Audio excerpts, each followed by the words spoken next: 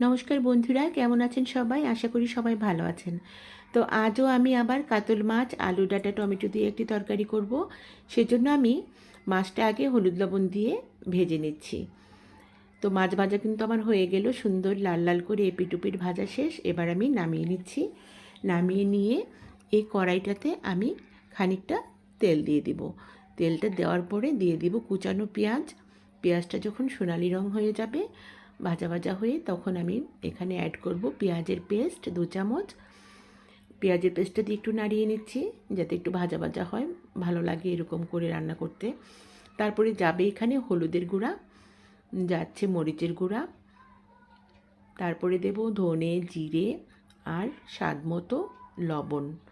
আর সবশেষে এটাতে অল্প পরিমাণ জল দিয়ে মশলাটা ভালো করে কষিয়ে নেব। ভালো মতন মশলা কষালে তরকারির স্বাদ অনেক ভালো হয়। তারপরে আমি ধুয়ে কেটে রেখেছিলাম সেই যে সবজিগুলো, ডাঁটা আলু, এগুলো দিয়ে আমি খানিকটা কষিয়ে নেব ঢাকনা দিয়ে। ঢাকনাটা আমি আজ দুবারই ব্যবহার করব, কারণ আমি ঝোলের পরে আর ঢাকনা দিই না, তখন বাষ্পতে তেলটা উঠে যায় উপরে, তরকারির রঙটা ফ্যাকাশে হয়ে যায়। তো আমি এখন নামিয়ে নিচ্ছি ঢাকনাটা। এবার একটু নাড়াচাড়া করে নিয়ে তারপরে দিয়ে দিব এখানে কেটে রেখেছিলাম টমেটো, সেটা। আজ কিন্তু টমেটোটা একদম গলে যেতে হবে, এরকম করেই দিয়েছি আমি, যাতে তরকারি গ্রেভিটা ঘন হয়ে যায়।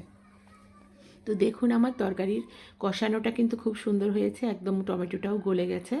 এখন দিয়ে দিব এখানে পর্যাপ্ত পরিমাণ ঝোলের জন্য জল। আর ঝোলটা যখন টকবগিয়ে ফুটতে থাকবে, সেখানে আমি দিয়ে দিব ভাজা মাছগুলো।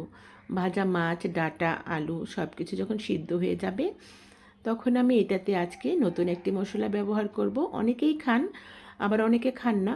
আমি কিন্তু প্রায়ই রান্না করি এটা দিয়ে। দিয়ে দিচ্ছি কাসুরি মেথি। এটা দিলে সারাটা বাড়ি একেবারে গন্ধে মমো করছে। খুব চমৎকার একটা গন্ধ, মিষ্টি মিষ্টি সুন্দর। তো আমার কিন্তু ফাইনাল লুকটা দেখুন, তরকারি হয়ে গেছে। ভালো লাগলে অবশ্যই রান্না করে খাবেন, আমার সাথে থাকবেন। শুভ